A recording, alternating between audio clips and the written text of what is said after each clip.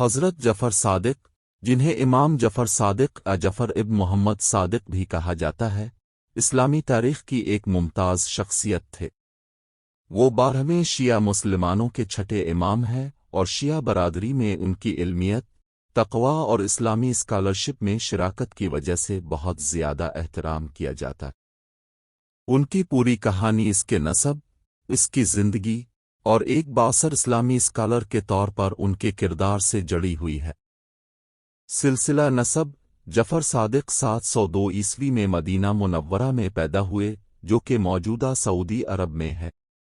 وہ امام محمد باقر کے بیٹے تھے، جو 5ویں شیعہ امام تھے، اور پہلے شیعہ امام علی ابن ابی طالب کے نواسے اور پیغمبر اسلام کی بیٹی فاطمہ تھی۔ ان کا سلسلہ نسب حضرت محمد سے ملتا ہے، جس کی وجہ سے وہ اہل بیت پیغمبر کے معزز خاندان کا حصہ بنتے ہیں۔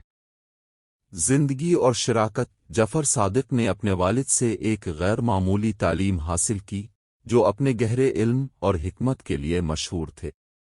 وہ الہیات، اسلامی فقہ، قرآنی تفسیر اور دیگر علوم سمیت مختلف شعبوں میں اپنے وسیع علم کے لیے مشہور ہوئے۔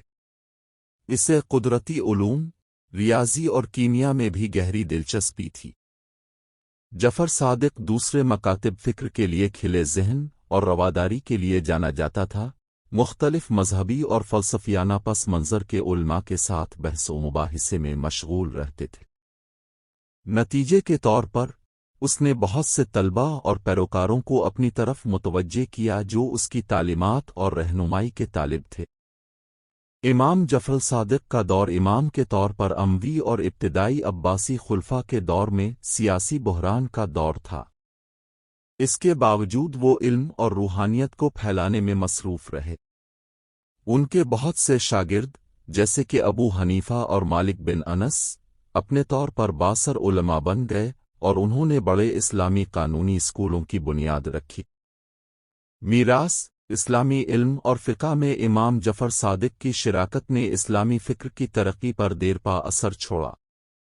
انہیں شیعہ روایت کے بڑے علماء میں شمار کیا جاتا ہے اور ان کی تقوی، حکمت اور اخلاقی تعلیمات کی وجہ سے تعظیم کی جاتی ہے۔ شیعہ مسلمان انہیں روحانی قیادت کے سلسلے میں چھٹا امام مانتے ہیں، اور ان کی تعلیمات اور اصول آج تک لاکھوں شیعہ مومنین کی رہنمائی کرتے رہتے ہیں۔